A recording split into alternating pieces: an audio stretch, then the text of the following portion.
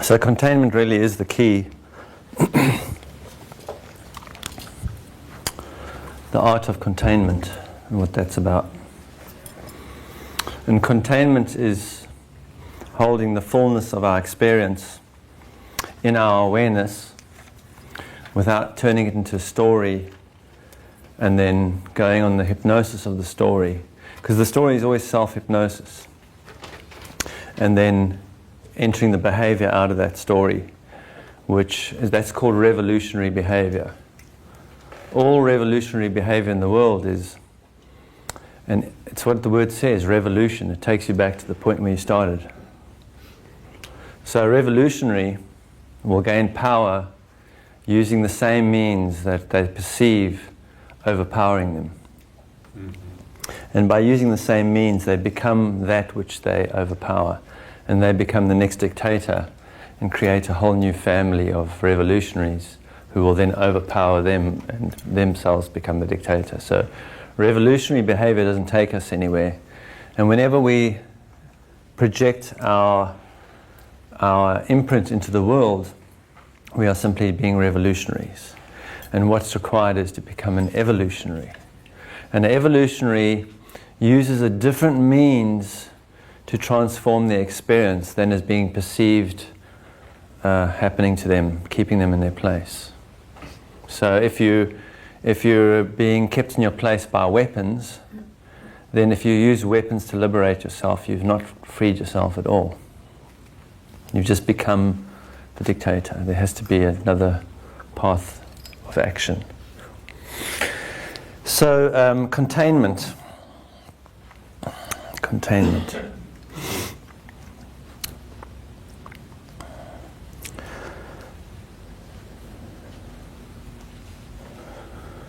So the first level of the work of what containment is the moment of alchemy. And alchemy is actually doing nothing. So what we really are being asked now is to get to a point of doing nothing. And so we define doing not being active, because we associate doing and activity with the same thing. There is activity that is doing and there is activity that is not doing. And you can discern between the two easiest again by looking at a child. Bless you. A child, for example, who's playing and it's just there, playing, just expressing itself for being alive and it's playing, radiates something that attracts us to it. And we want to be with that child. And we want to hug and kiss that child. Mm-hmm. Right? And we love to be around that child. There's a radiance that it magnetically attracts us to the child. But the moment that child's activity turns into a means to accomplish something, to try and feel better, to get attention, to manipulate this experience, we're like, take that child away. Don't really want to have much to do with that child. It starts to repel. Right? It's still activity. The one activity is not doing. The other activity is trying to do something. Right? Trying to manipulate something. Manipulate the experience. And manipulation is actually really what it's all about. All suffering comes from manipulation. And the key to manipulation, as we'll see when we look at the intimacy work with the companion later, that when manipulation is what the word says. Man, nipple, nation. Manipulation, right? So, using a male as an example, as a little boy when you're born, as a baby, the first thing that happens is a nipple is thrust in your face. And then there comes a point where it's taken away and hidden away from you forever. And the rest of your life becomes trying to find it again. And so go around manipulating everything to get the nipple back. Right? That's manipulation. Which leads to creating all sorts of circumstances that are self-destructive. That's manifestation. Right? And that behavior is so in our psyche, it's actually got nothing to do with man. It's got to do with all of us. Because it's our behavior, it's the behavior of the mental body towards the emotional body. What we're consistently doing, and this is where doing comes out of. It's not about our activity, it's about the intent. Doing is the intent underlying the activity. And what we're consistently doing is we're manipulating the emotional body. On one level, we're sedating and controlling what's going on in it. And the other level, we're manipulating it to get a feeling that we think we need or want. So it's all about manipulation. And as we manipulate the emotional body, what the emotional body is, this is control, we're controlling it. The emotional body's response or reaction is sedation. It shuts itself down to protect itself. And the moment it shuts itself down, the vibrational can't come through. Because the vibrational radiates through the emotional body, through the mental and into the physical. And the moment the emotional body is shut down, we're not even aware of the heart. Neither are we aware of the vibrational, because we don't have that insight, is no longer available. And so what we do is these experiences, which are already created, we try to make happen. We spend our life making peace, trying to make money. You know, we're here trying to earn a living when we're already alive. Right? Everything that we think, we have to make it happen. Because we can't receive it. We can't receive what's already given. We can't even realize it as in see it with our real eyes. So the work is really about this part, the interaction between this and this, between the mental body and the emotional body. We pretty much reside in the mental body as where we're attached. That's what it means. You're mental, right? We're mental. And that's where we've made our home. And that's what our God is. That's what we worship. That's why we go, if I understand it, I'll heal. That's why we take notes. Because we believe that if I can just get the right note, if I can just understand it, I've got it. That's the mental body. But the thing is, the mental body cannot comprehend this, right? It cannot comprehend the vibrational. Just take a look at the mental body, just how it operates. It's very easy to see. The mental body has to have a beginning and an ending to everything. There's a beginning to the notes you're going to take, and there's an end to the notes. There's a beginning to this presentation, and there's an end to it. There's a beginning to the day, and the end to the day. And anything you look upon, you will quantify it by its beginning and its ending, how much it weighs, how long it lasts, what purpose it has, and put it immediately into a structure that is confined and limited. It always has a beginning and ending. Everything the mental body looks upon. It can only operate if there is a beginning and ending. It can't operate, it has no point of reference otherwise. So the vibrational, which has no beginning and ending, can't be comprehended by it. All it will do, if it's allowed to run the show, is take any of that vibrational aspect of vibrational and put it in a box. You know, you've heard the term thinking outside the box. What if thinking is the box?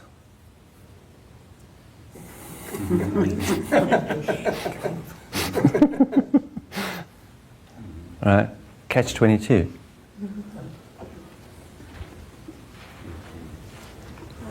Hi. Come on in. Take a seat anywhere. Anywhere you like. There's one right in the front there for you. So we have to assist the mental body, right? We have to assist it by giving it experiential evidence that it is not God, and that actually there is nothing that it can think about and then initiate into doings. None of that is of use to it. In what it's trying to do is to get what it's looking for. But unless it's shown in a way that's irrefutable evidence, it will not give up its reign. Right? It will not give up its reign. So what the work is about entering an experience that will reveal through experientially the evidence that this is the causal point of everything, the provider of everything. The vibrational provides everything that we require. It's not about what we need and want according to our discomforts in the emotional body. By resolving this emotional body condition, we'll automatically enter experiences that will show us that we are given what we require. But it's really about entering an experience of it, because if you think you can come here today or last night and understand what's going on, and that your understanding is now going to be... See, the way the mental body is that I read a book and I understand it, and so I think, now I know it. But understanding and knowing are not the same thing. Only the mental body believes that understanding is knowledge. But understanding is just a well-arranged accumulation of information. It's not knowledge. In order for it to be knowledge, there has to be a trinity. There has to be an emotional, mental, and a physical component to the experience, integrated, for it to be known. For it to be known. If we just take a mental concept and we think that that's knowledge, when you leave here today, you will not know anything more than when you entered here. And when you left here last night, you didn't know anything more. You may have understood a lot of understandings and insights, but the knowing will only come when you allow yourself to enter a direct experience of this work. And all my task is to invite you to have that experience for yourself. And I can't give it to you. No one can give it to you. You can only allow yourself to have the experience. The moment you enter the direct experience and take that experience to be your teaching, game over. Right? So it's all about inviting ourselves into an experience. And you don't have to seek the experience out either. The universe is full of grace. You don't have to go to an ashram. You don't have to go to India. You don't have to go to any group. All you have to do is pay attention to your life experience, because the universe is consistently delivering on a silver tray exactly what we require. But we're blind to that while we're driven by our needs and wants, what I need and want to feel better. What the universe is bringing to us is what we require to get better at feeling. Because it's only through the component of feeling that all our questions and seeking will come to completion. We have to feel the evidence of the vibrational, not understand it. It can't be understood, right? So the first level of the work begins in allowing and giving myself the experience of alchemy. The experience of alchemy. Alchemy is, in the traditional term of a physically transfixed being, alchemy is taking base metal and transforming it into gold. That's what alchemy is. And what alchemy truly is taking an experience that is uncomfortable, and through that experience, digesting it, enlivening our state of being. Once we digest that experience, it enlivens our beingness, right? It reveals to us what we are. It turns that base experience becomes gold to us. It's our jewels. That's why we don't want to get rid of our fear, anger, and grief. People that have been doing emotional work for years and saying, I'm getting nowhere, if you ask them what they're up to, what their intent is, I'm trying to get rid of my anger, I'm trying to get rid of my fear, I'm trying to get rid of my grief, trying to get rid of the very nutrition that is there to enliven the state of being. We don't want to get rid of it. We want to digest it. And the digestion comes through containing it. And containment is an art form. Even if you understand what containment is, it requires practice to develop the art form of containment. And it's not about perfection either. One of the mishaps of religions and spiritual paths is that they ask for perfection. They dangle the carrot of perfection. It's not about perfection. because the vibrational is already perfect. Can't go and perfect that. What it's about is full participation. Rather participation than perfection. And where is the point of participation? Right? The point of participation is where I'm able to consciously receive in every moment what I require to enliven my state of being. Because once I enliven my state of being, the peace that I seek, the abundance that I seek, everything that I'm seeking, I will realize. It's already given, but I have to have the capacity to contain it. It's like if I can't contain my temper, but I want to contain what God is. But I can't even contain my temper, right? I can't even contain my irritation. So it begins with containment. So the universe always brings us on a silver platter exactly what we require. And all we have to do is realize that, is to be able to see that. And the place at which it is brought to us is in the upset. The moment of upset. The moment of upset is there's in Christianity, because once you realize the truth in your own experience, you'll see that the truth is always there. It's just not, we can't perceive it, right? So it says in Christianity, for example, I shall come as a thief in the night. So everyone's waiting for like this person in white robes and with a halo and with like angels going, hallelujah, to come, right, here I come. But that's not it. It's completely missing the mark. I shall come as a thief in the night. When we get upset, when we are upset by anything and triggered into fear, anger and grief, that's the thief in the night. Because we're going along in our life like everything's groovy, right? I'm just feeling good and groovy and I'm actually asleep in my experience. I don't even realize it. And someone goes, bop, presses my button. That's the thief in the night. It wakes me up to something that I don't know is going on. But because I don't have insight, I perceive it as something out there happening to me, not something happening through me. And what's happening is the universe is bringing me something on the outside to show me what's going on the inside, because I don't have the insight to see it. So it has to show it to me on the outside, right? So the upset is the thief in the night. I'll come as a thief in the night, right? I don't come to bring peace. In the Gnostic Gospels it says, I don't come to bring peace to this world. Forget that.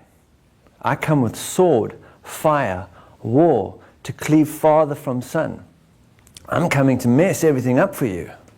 I'm coming to destroy and dismantle everything around you, because none of it is true. All the structures around you have been built out of this emotional signature and maintain the emotional signature. And we go to sleep. We even say, when we connect with another human being, we go to sleep together. We sleep together. We don't go like, we wake up together. We sleep together, right?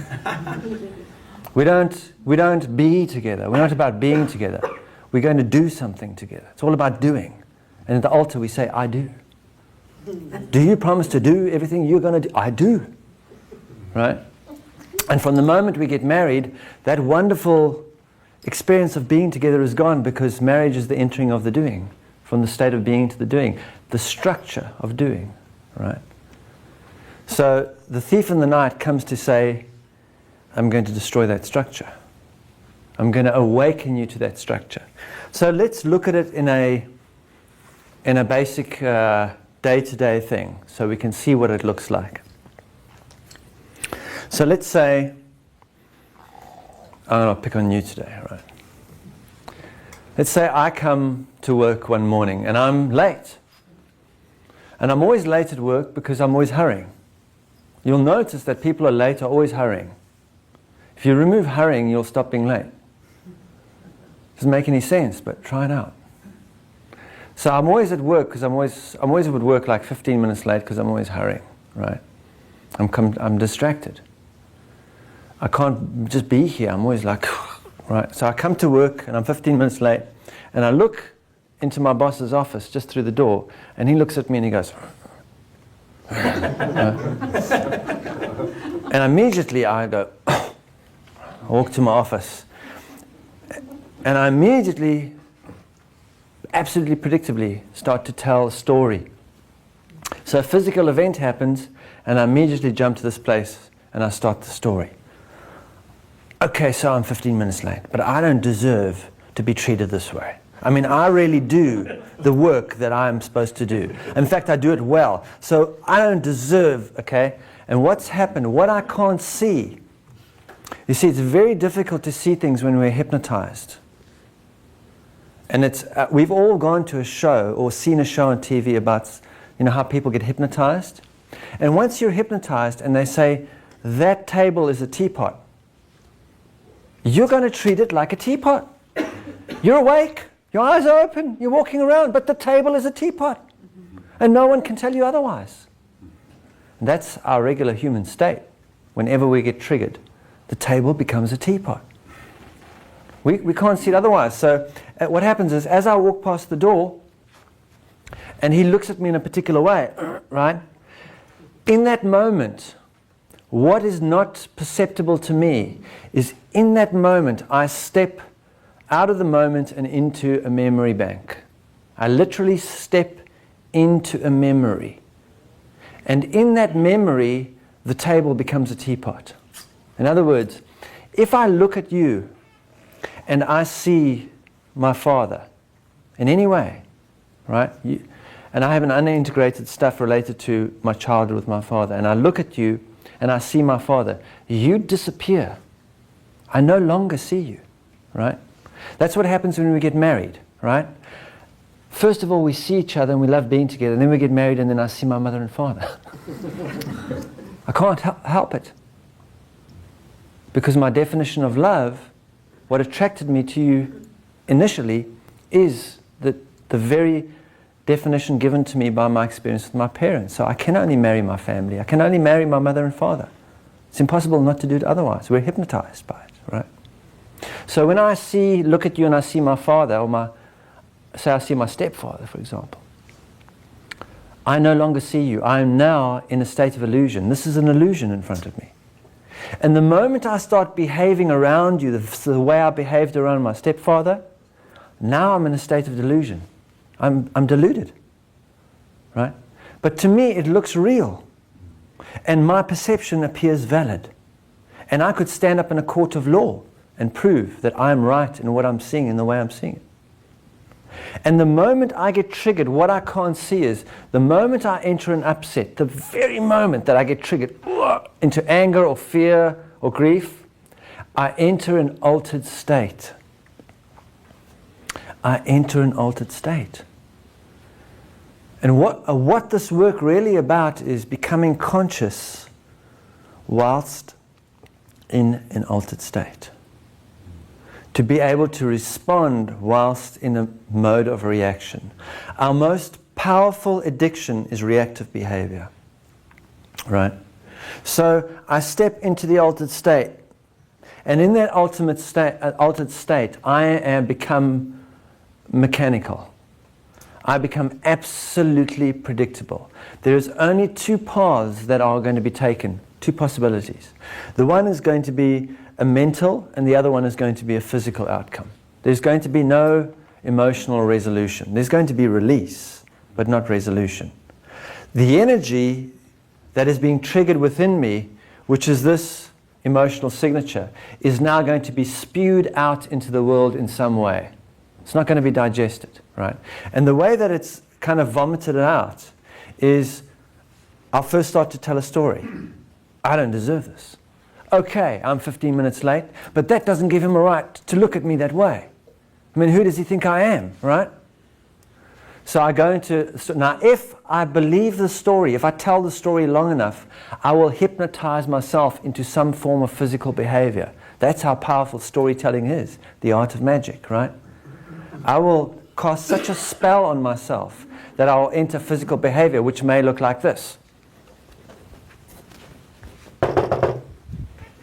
I've had enough.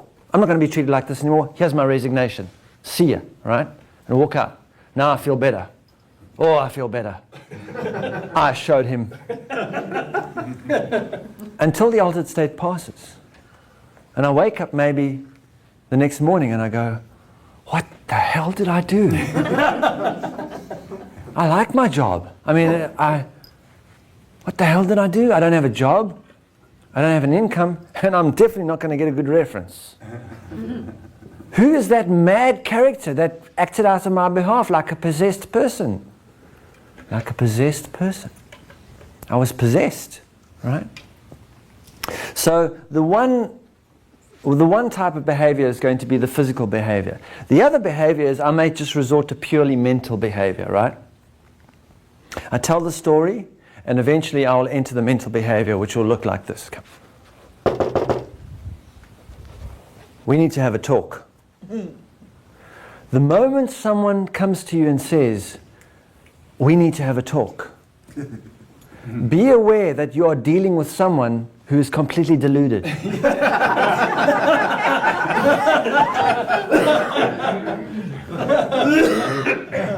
Right? Do not join them in their delusion, because you too will then enter an altered state, and the two of you together will go through this spiral, downward spiral, that can only happen when two delusional people try to come to some point of righteousness, right? All I want to be is right and feel better, and if I can talk to you about it and you will listen and I feel better, I think something's happened, right? But actually, nothing happens, because both of those pathways are revolutionary behavior. They will always take me back to that point, because the next morning, say, even if I resign and I go to a new job and I get a new job, the next boss I have at some point, he will trigger me in exactly the same way. Nothing will have changed. Physical circumstances changed, but nothing actually changed. What didn't change is the feeling that's brought up. The triggering event may look completely different, but the feeling. If I don't resign, you can be sure when I come the next morning I'm going to be hurrying again. Even though we had the talk and I feel better, I'm hurrying again, and I walk past the office and he looks at me in a strange way and I go, oh, man, I mean, when is he going to get it? How much do I have to talk to this guy until he gets it, right?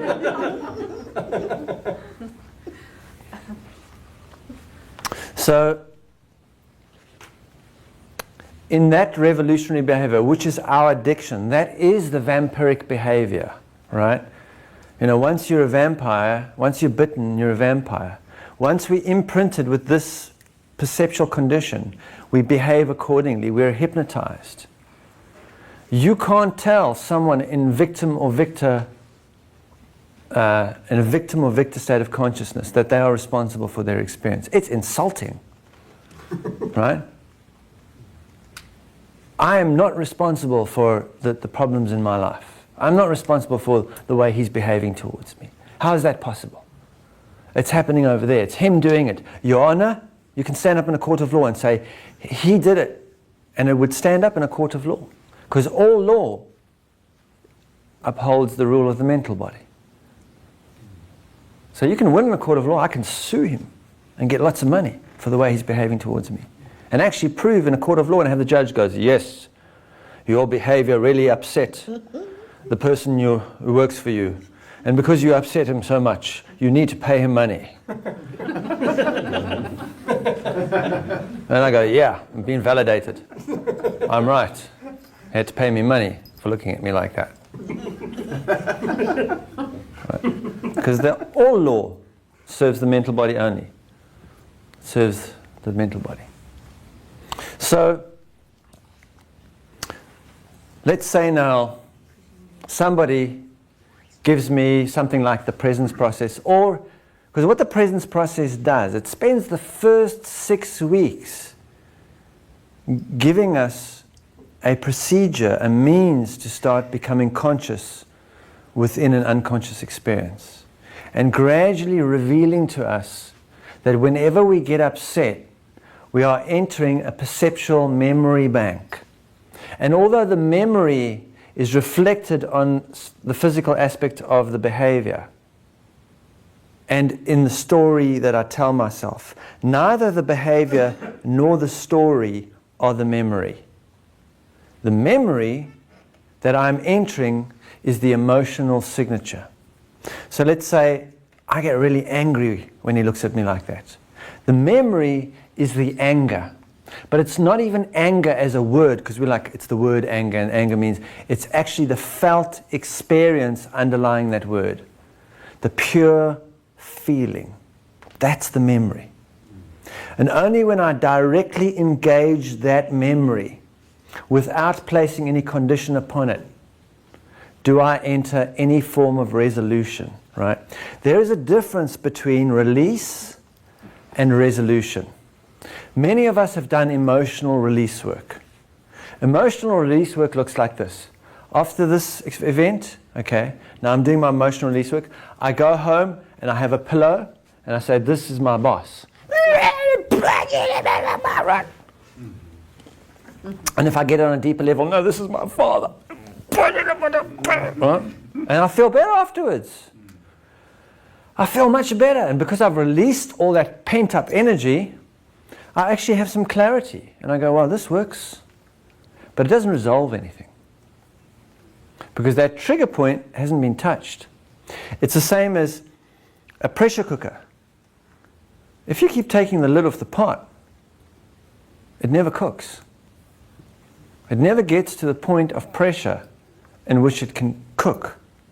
The cooking point is the point of alchemy, is when that base metal turns to gold. Initially, when we become aware of our emotional condition, we will do release work because we can't contain it. Once I become aware how angry I am, really? Now I can't hide from me anymore. I can't hide it. I can't say it's because of him. I realize, because say I've read something like the presence process, I realize that whenever I look at him, I'm seeing something from my past, and it's making me angry. It's got nothing to do with him. Right? So I get it all intellectually, but it doesn't help. Right? Because even though I get that this is just a messenger bringing me something. You see, the way that this is brought to us is through great intelligence, which in the presence process we call presence. Right?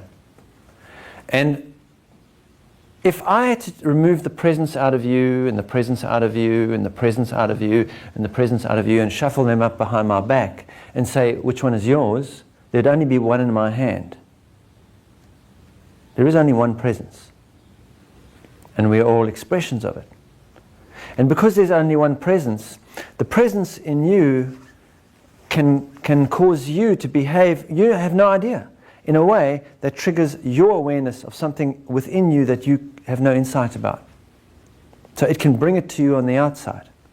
Because when we don't have insight, we're going to have to see things on the outside. So they're brought to us on the outside. So this is what I'm saying. There's nowhere to go. There's nowhere to run and hide. Nothing, because whatever is required, whenever we're required to see something about ourselves, the closest person around us will show us. Right? Especially those people we're either married to or our direct family, or the people, everyone wants to form a group to do work. Right? And what forming a group to do the work is, I'm going to get a group of people who all think and behave like me. That way I'm going to be safe. And that way I'll enter authenticity, right? But that group is all agreeing with you, all studying the same book, all, behaving in a similar way for a while, and then eventually the ego structure will enter the group and there will be as much chaos in that group as anywhere else, right? But initially everyone's going to be nice because we're all like in this, our study group, right? But actually that's not an authentic group. That group can never be authentic. It's usually created as a means to escape my authentic group. My authentic group today is all of you. When I get on the plane, my authentic group is the people sitting with me on the plane. When I'm walking through the airport, my authentic group is the people in the airport. When I go back to Princeton and I'm sitting in the coffee shop, my authentic group is the people in the coffee shop with me. That's my authentic group. If I cannot accomplish anything in that group, any group that I form is useless. In fact, most groups take me away from that, from the authentic group. Right? They lead me into creating experience. That's why we can go on a retreat, for example, for 7 days, right? Oh, and it's so groovy, right? We go, it's a beautiful place. There's wonderful food served for us. Everyone's going, namaste, namaste. Everyone's on their best behavior. And so I feel fantastic. I'm one, right? And then I go to work on Monday morning, and I look, I can't handle it. Can't handle the sound of the city, and these people are so annoying. That's your authentic group. That's what's really going on. That's where the rubber hits the road, right? So, the presence process, let's say, informs us that the memory is the emotional signature. But even when I realize that, initially it doesn't make a difference because of the power of the altered state. Remember, it is an altered state that we enter into when we go into a memory bank. This moment has disappeared, and I'm now somewhere else, perceptually, right?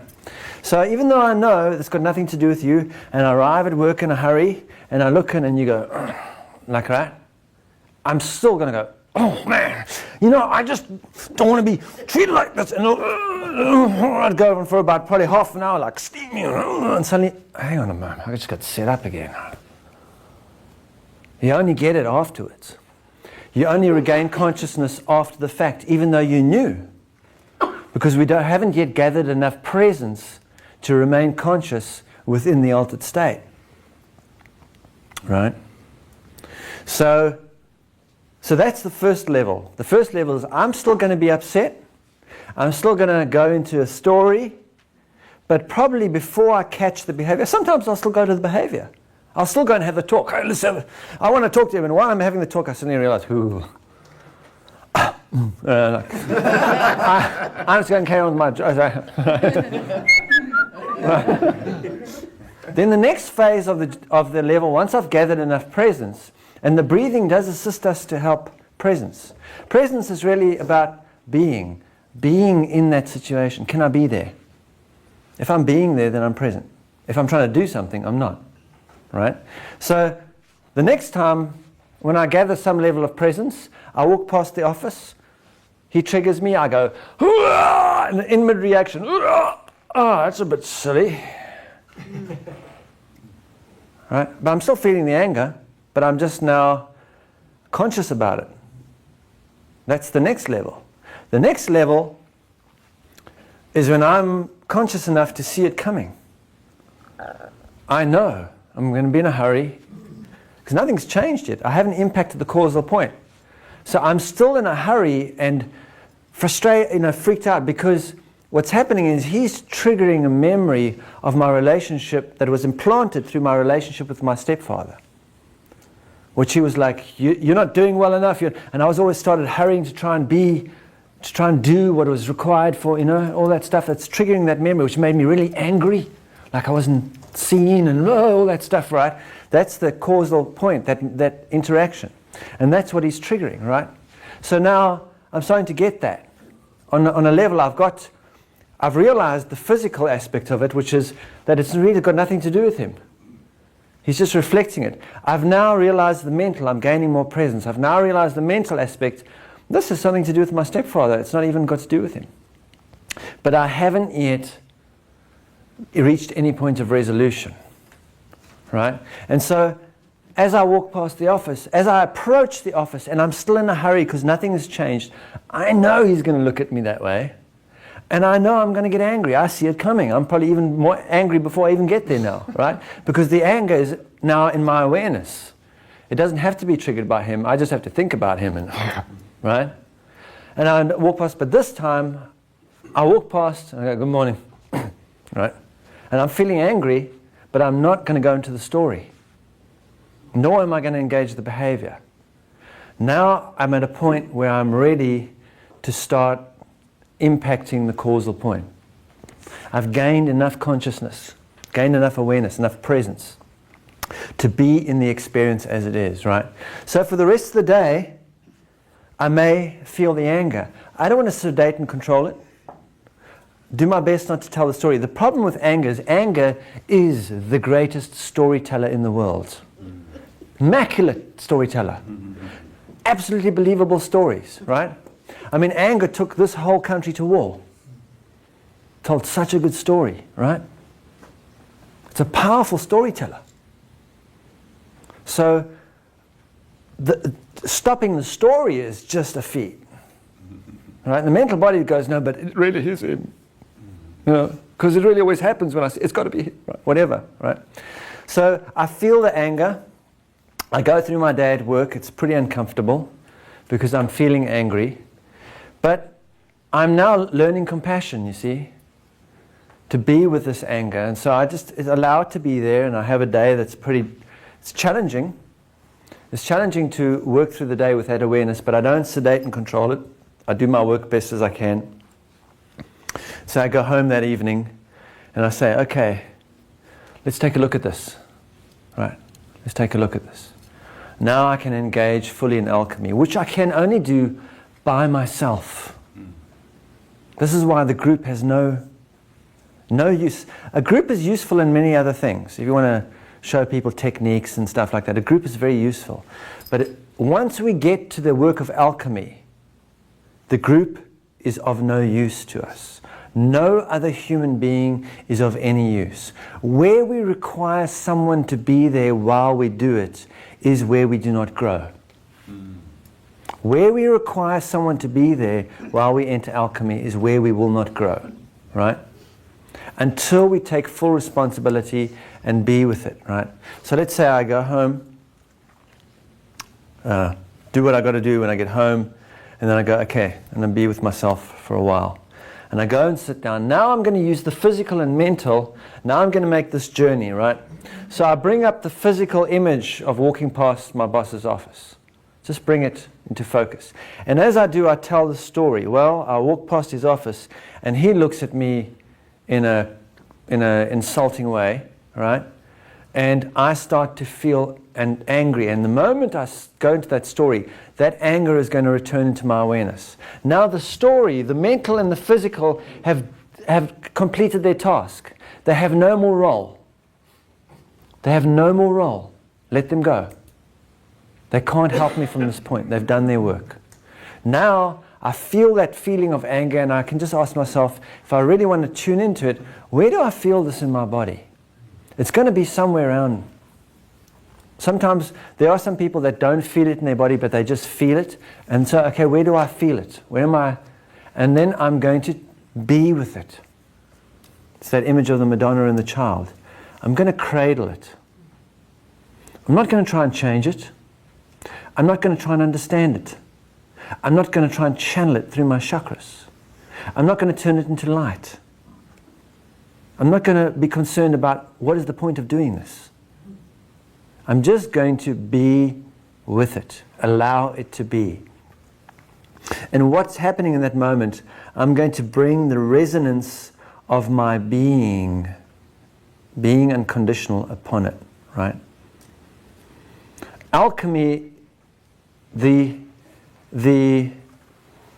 radiance of alchemy is of a different sun. There's two suns, right? And there's one sun, and that's this sun that shines in the outer world. And presently, the sun that shines on the outer world shines upon all our doings. It shines upon the doer. And everything the sun shines upon is going to disappear. It is impermanent. It has a beginning and an ending, right? That's the one radiance. And that sun has beams, sunbeams, right? There is another sun, right? When I cradle this feeling which I spell anger, and I be with it, I bring the radiance of being upon it. And that radiance comes from a different sun. You can think of it as an internal sun. And that sun is the source of everything, and is able to bring us what we require. Not what we need and want. It's not interested in what we need and want. Because what we need and want, what an addict needs, is more drugs. Why would, if we could have what we wanted, we would just get more drugs. Whatever it takes to drug us back to sleep. Feeling better is being asleep. Right? Feeling better is in the state where I feel better now. If I go in and I shout at him and I give him my resignation, I walk out like, I've done it. I feel better. I'm actually now completely asleep. Right? I've completely gone unconscious. So that's not what the radiance of being brings to us. It doesn't bring us what we need and want. It brings us what we require to restore resolution at the causal point. We don't know what that is. So we can't recognize it. So we can't navigate towards it. We can't know. So it's about completely being unconditional. I'm just going to be with this. Right? When I'm able to be with this in a way that there is no conditions placed upon it, this energy will be free to move. Because being without condition allows freedom. And that energy knows what to do. It has its own intelligence. It will go through an organic unfolding to a point of resolution. Each of us will have our own experience of what that's like. For some it may be a feeling of heat moving over the body, and for others may go to tears. Others may get visual images about things that happened. Boom, boom, right? But once it comes to a point of completion, you will know you've achieved resolution because you will have gone through a state that will lead you to a state of peace. Right? And on the way there will be what's called the death experience. Because this memory that's being carried, that is impacting my behavior to such a point that I can't see you and I can't behave authentically around you, all of that must die because it's not true. It has nothing to do with this moment. I have to die to that, right? It's a death. And I am going to go through the death experience. And if I do my work on this planet right now, I will die daily, right? I won't try and leave the death to the end of this experience so that when I get to the end of this particular experience, I go into complete disease, decrepit, decay, dementia, because I've left it all to the end. I didn't do any dying. In fact, I went against death completely. I just want to feel good. I don't want to feel what's going on, right? I've sedated and controlled the death experience out of... Well, the way we are is we're like a tree that it comes to autumn and the leaves start falling off and we go, hey, stop it. Get some tape the leaves on, right? Glue, maybe glue the leaves on, right? Something terrible. We don't want any death experience. When we contain this anger or this feeling and sit with it without condition, it goes through its own unfolding. And part of that unfolding is we are going to die to it, to the illusion that it has been upholding. We're going to die to that illusion. And you will know that you're entering the death experience because when you're sitting with it, if you really watch your mental body will start saying, I can't do this anymore. This doesn't work. Right? There's no hope. My life has never worked. It's all over. I might as well just die. There is no God. Right? There's no point to anything. Right? And once we go into that thought process, then we're entering the death experience. We just don't want to entertain the story, just be, because the mental body is going to freak out. Because its reign as God is now being dismantled. Right? It doesn't know what's going on. It's like, I'm out of control. Right? I don't know what's going on. Sure, I'm end being sure. Surrender. Right? We just surrender to this. And it will go through its process. And for some people, we'll go to tears. There'll be an emotional experience. For others, it'll just be purely energetic. It doesn't matter what it is. Whatever it is valid. And as we reach resolution, you will know. You won't understand. You will know something has shifted internally, energetically. Because you will feel a sense of peace, right? You'll feel a sense of peace. But how you will know, absolutely, is that internal experience of being there by yourself will impact your 3D. the internal movement of the energy, now it's been set free and able to move to resolution, will be mirrored upon the outer. It'll be mirrored upon the outer. In a way that you know you had nothing to do with making that happen. Right? So for example, you've moved through the completion and you get up in the morning and you don't even realize it, but you just feel differently about things. And there's nothing that charge that used to chase you around. You see, the whole thing is the emotional signature is a charge. And we're either in charge or driven by a charge. And for most of us, before we enter alchemy, we're driven by a charge. And if you're around someone long enough, you can see the charge that drives them, right? And the consequences of it, the sedation, the control behavior related to that charge. What we're doing with alchemy is we're turning around and we're facing the charge that has always been driving us. And we're allowing ourselves to enter into the charge. If you want to be in charge, then be in the charge, right? Be in the charge, without condition. Once we enter that charge, there's going to be a shift, right? And so, in this example, I'll wake up in the morning, for example, and just feel pretty calm this morning. I go around and I'm relaxed and I have my breakfast. I just go to work and I'm just enjoying my day, and I arrive at work on time. I didn't try, I wasn't hurrying, I wasn't trying to do anything, right? There was no charge driving me. And I kind of walk into work and I look in the office and suddenly I see you. For the first time, I actually see you. I don't really see my stepfather, right? And because I've become more intimate with myself, this is the first level of intimacy. Because I've become more intimate with myself, I'm able to be more intimate with you. Suddenly you're not this figure, this power figure that I've been creating all my life out of this memory, right? And so I kind of stop and I go, hey, how's it going? Right? And you go, oh, it's going pretty good. And we kind of chat, right? And then because I'm open to you, you become more open to me. And I go, so what's been going on? And you go, I've got this problem. Oh, what's going on? I'm really constipated all the time. And because I know about my constipation, right? I go, you know what constipation means? Can't stop hating. Can't stop hating. I have so much anger in my system, so much that it dries out my stomach lining, and I can't deal with my shit.